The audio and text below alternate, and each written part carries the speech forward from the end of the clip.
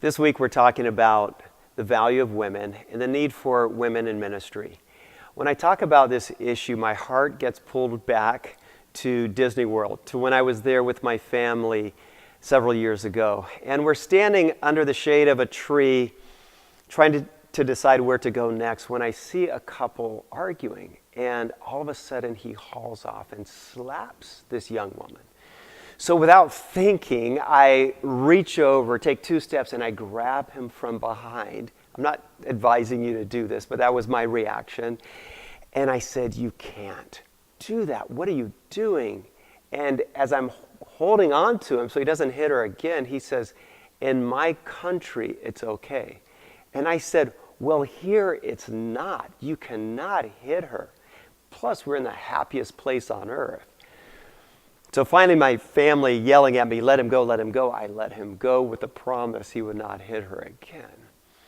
I thought those kinds of things maybe just happened in other countries like this man said he was from. But then I heard a preacher on his podcast not long ago, and he said this, a well-known preacher, he says, "Women, if your husbands are hitting you, endure it for a season." Why would he say that? Where would that kind of thinking come from? And you see, the problem is that our position on women in ministry has caused us to have an overall low view of women, and that has to change. About 10 years ago, I started to dig around on the grounding for why are women in some churches and in many denominations prohibited from being named as pastors or to serve in ministry. And I found that the grounding was extraordinarily weak. When I wrote my dissertation for my PhD, and for anyone who's done research, the second chapter is called Review of Precedent Literature. And in your second chapter, you talk about the grounding for your thesis, for your idea. As I looked for the grounding for the position that women should not be in ministry or in the pastorate, in the Bible, it's not there. It's hollow. I'm going to say it's shoddy hermeneutics to say that women should not serve in ministry. And I want to look at 1 Timothy, where proponents or opponents of women in ministry often go. That's 1 Timothy 2. And let me read to you what this passage says and then talk about what it really says. We read, Paul writes, "I also want the women to dress modestly, with decency, adorning themselves not with elaborate hairstyles or gold or pearls or expensive clothes, but with good deeds appropriate for women who profess to worship God. A woman should learn in quietness and full submission. I do not permit a woman to teach or assume authority over a man. She must be quiet." So here's the thing. There's 6 pieces of instruction given in this passage.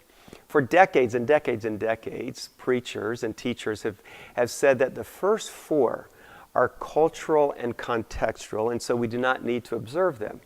And that's correct. That they were for a specific time, for a specific place, for first century Christians. But the next 2, they would say, apply to us today. And I would say, well, that's a false proposition. That's just not true.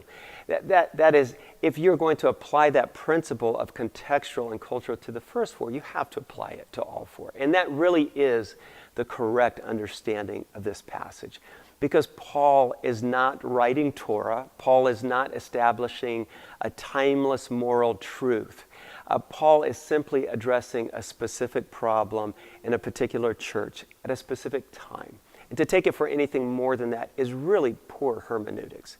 And so my point is this: the Bible does not prohibit or prevent women from serving in ministry. And so as Christians today and leaders today, it's time for all of us to give women in the church the value and the dignity and the worth and the opportunity to lead that God has given to them.